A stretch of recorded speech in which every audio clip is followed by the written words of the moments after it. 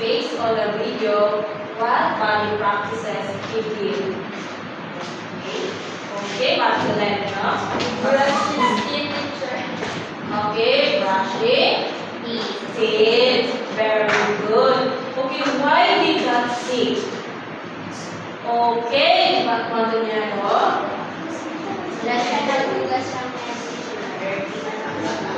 Okay, according to the memory, he didn't take a bath. After playing and saying clothes, he used to go to school. Okay, very good. Okay, what is the advice of the doctor? Okay, then. Okay, what else, Otolena?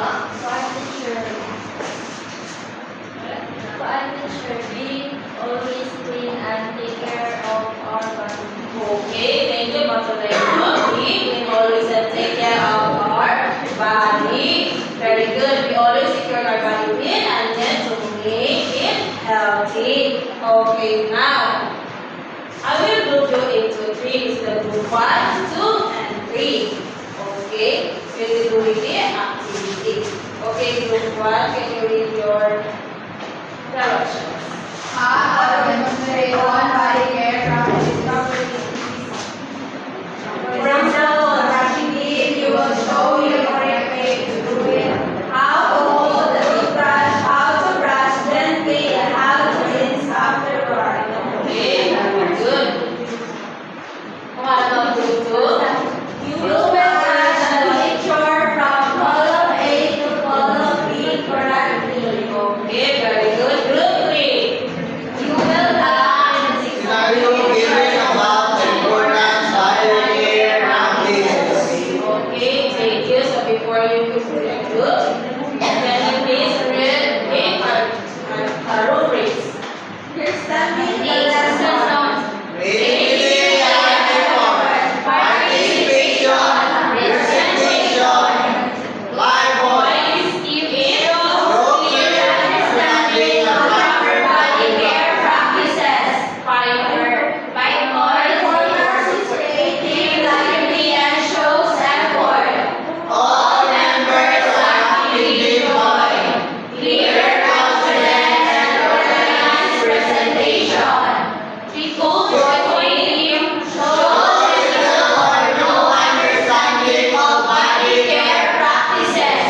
Performance lacks effort or interest. Only a few members participate and others did not take part. Unclear or disorganized presentation. Okay, did you understand? Yes, teacher.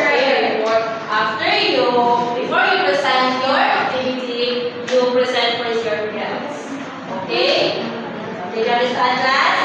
Yes, teacher. Okay, you have 3 minutes to do your activity. You may start now.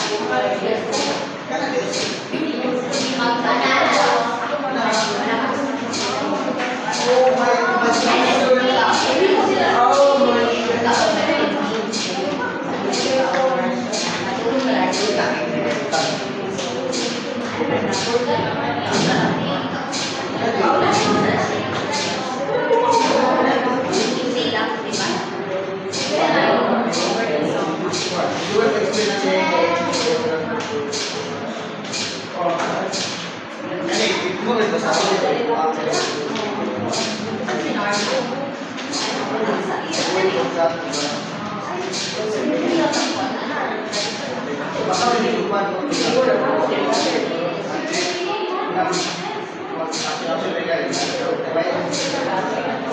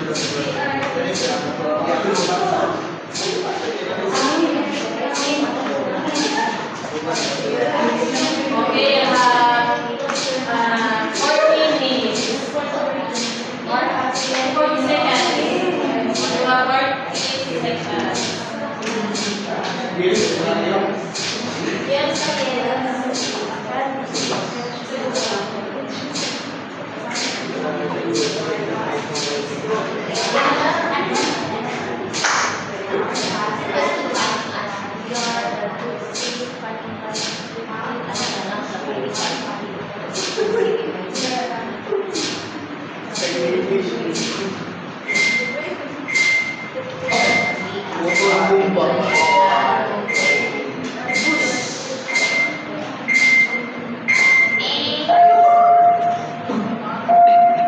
you not done? Yes, okay, the group one first present their activity.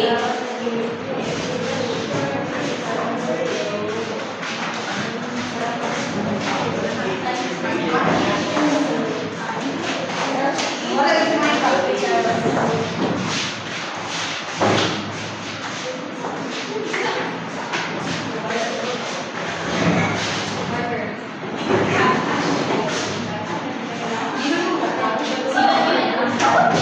One, two, three, go.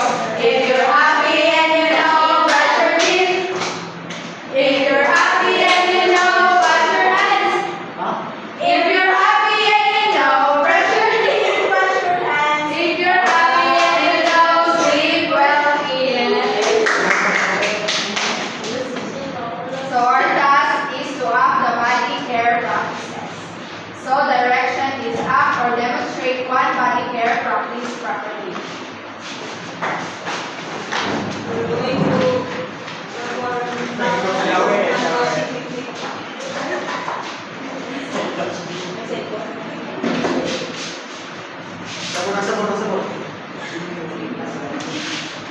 Happy birthday to you. Happy birthday to you. Happy birthday. Happy birthday. Happy birthday to you. Okay, thank you, group one. Let's give group one a fine clap. 1, 2, 3, 4, 5. Now let's proceed to group two. Group two is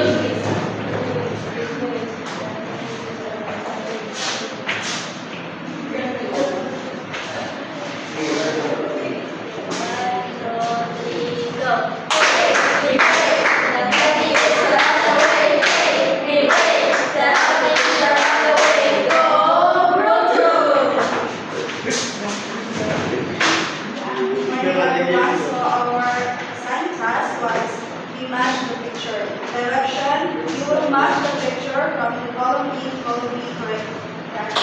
And this is our output. So for the comb, we match it to hair.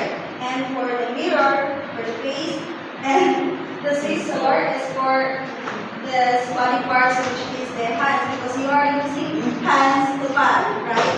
And then toothbrush for the cotton buds for the hair, and hands washing soap. Hand soap is for hands. Okay, that's it. okay, thank you, group. Let's give group two a 5 million clap. 1 million, 2 million, 3 million, 4 million, 5 million. Congratulations. Yeah, let's proceed to group three.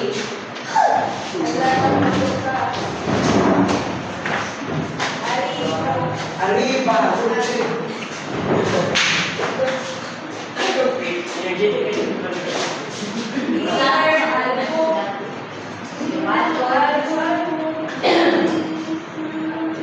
Sige, 1, 2, 3, go. We are the Brooklyn, the mighty, mighty Brooklyn. We are the Brooklyn, the mighty, mighty Brooklyn. Yes. Our task is play the scenario. We will act the scenario given about the importance of body care practices. So, a girl forgot to brush his teeth for 2 days. Oh, my teeth is hurting. So, what will happen to her mouth and teeth? So, what is the importance to brush our teeth? So, it is important to brush our teeth to avoid someday na hindi po sakit ang ako to make our healthy and clean. Okay, very good. Thank you, Group 3. Let's give Group 3 a five clap. 1, 2, 3, 4, 5. So now, this is yes. So now we're understanding. Group 3. Did the group 1 understand their task? Yes, of course. It's a 5 point. Okay. What about the creativity and effort? 5 points. Okay. What about the participation? Yes. 5 points. Okay. What about the presentation? Yes. Okay. Let's count. 5, 10, 15, 20. Okay. Group 1 got 20 points. Okay. Group 1. Did the group 2 understand the activity? Yes, teacher. No. Okay. What about the creativity and effort? 5 points, teacher. Okay. Thank you. What about the participation? 5 points, teacher. Okay. What about the presentation? 5 points, teacher. 5 points. So now let's count the points of group 2. 5, 10, 15, 20. Okay. So again, group 2. Did the group 3 understand the activity? Oh, yes. Okay. What about the creativity and hours? Super yes. Are you sure? No. Okay. What about the participation? Yes. What about the presentation? Yes. Are you sure? Group 2, are you sure? Yes. Yes, Okay, let's count. 5, 10, 15, 20. Okay, all of you got 20 points. Give yourselves a very good clap. 1, 2, 3. 1, 2, 3. Very good, very good, very good. Okay, now, do you want a story? Yes. Scooby-Doo? Okay, class, do you want a story? yes, teacher. Okay, I will read the story and listen carefully.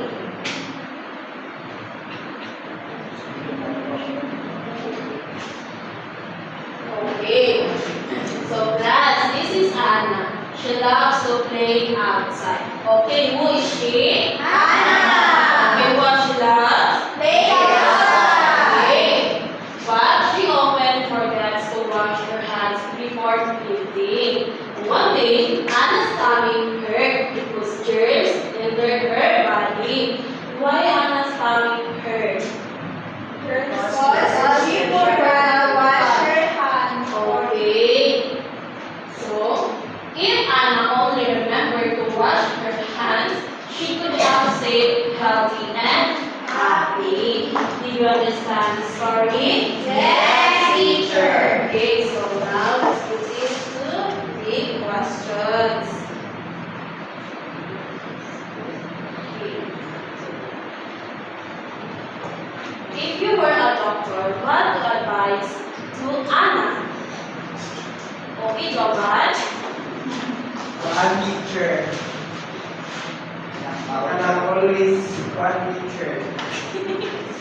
Based on the scenario, if you are a doctor, what? So, teacher ka na, how child play teacher, she needs to, maybe one bathing para ano yung mali or washing teacher. Bathing na. Okay, very good. According to Jovan, basically, she should take a bath and wash her hands. Okay, again, why did Anna's tummy hurt? Okay, and then? Because she forgot to wash her hands before eating. Okay, and the germs entered into her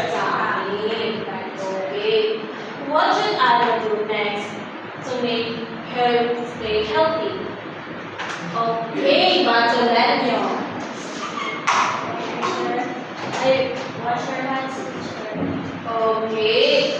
According to Bartholomew, Anna should wash her hands before taking. Okay, very good. So now, let's proceed to takeaways. Okay. What do we call the habits that help us stay clean and healthy? Okay, Abule. Personal hygiene practices. Okay, it's a personal hygiene practices. And why is it important to take care of our body every day? Okay, Margaret. Make us healthy teacher. Okay, to make us healthy. What else, Maldonado? It is important to take care of our body every day teacher to make us healthy, clean, and stay away from disease. Okay, thank you, Maldonado. According to Maldonado, it is important to take care of our body to stay clean, healthy, and to avoid germs and to avoid sickness. Okay, how do hygiene practices show our body awareness? Okay, Sargento. How do hygiene practices show our body awareness?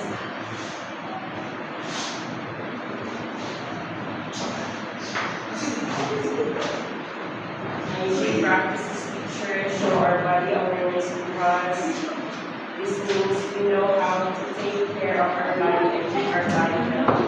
Okay, thank you, Sargento. According to Sargento, hygiene practices shows our body awareness because they mean we know how to take care of our body, stay healthy. Okay, so practicing personal hygiene such as bathing, brushing teeth, and washing hands, and keeping the surrounding clean keep us healthy and prevent sickness. So good hygiene shows us that we are aware of bodies, needs, and we take responsibility for our wellness. When we take care of our body, we also show respect for ourselves and others. Is it right, class? Yes, Okay, now I want you to complete this sentence. I can stay healthy and aware of my body by, okay, Marcelino, Taking a bath every day teacher. by taking a bath. What else? Albo. Eating vegetables fruits. Okay, eating vegetables and fruits. Okay, Angel. By brushing teeth teacher and washing hands. Okay, by brushing teeth and washing hands. Okay, Elaine. Sleep early teacher. Sleep early. What else, Marianne? Go early teacher. Okay, taking a bath every. Okay, thank you. And how can we use what we learn in the future? Okay, Nabule. I can use what I learned today. Teacher, by always practicing good hygiene, does it help us to keep from disease? Okay, bye. Always practicing good hygiene to keep you from disease. Okay, you need a teacher in our activities. So now I want you to take a 1/4 sheet of paper to answer these questions.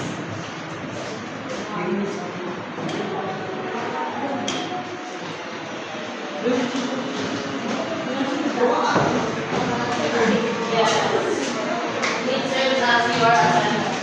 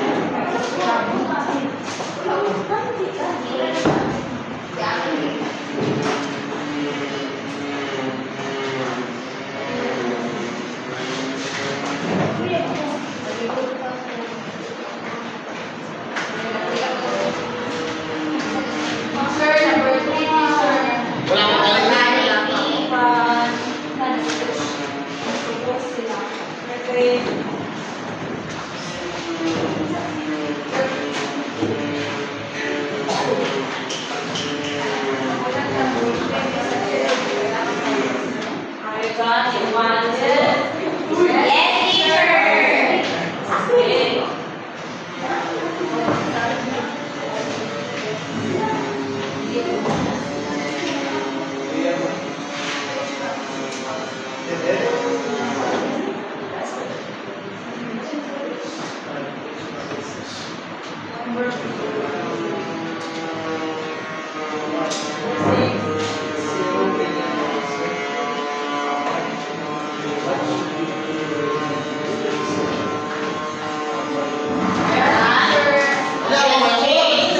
Yes, teacher. Okay.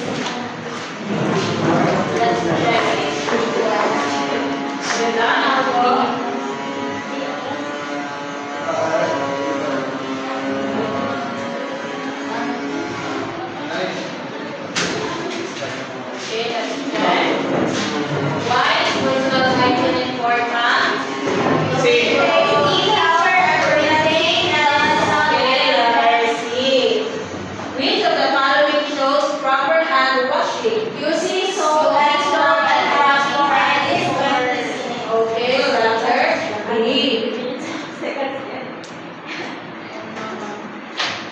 Number 3, which practice helps keep your body clean? Okay, letter B.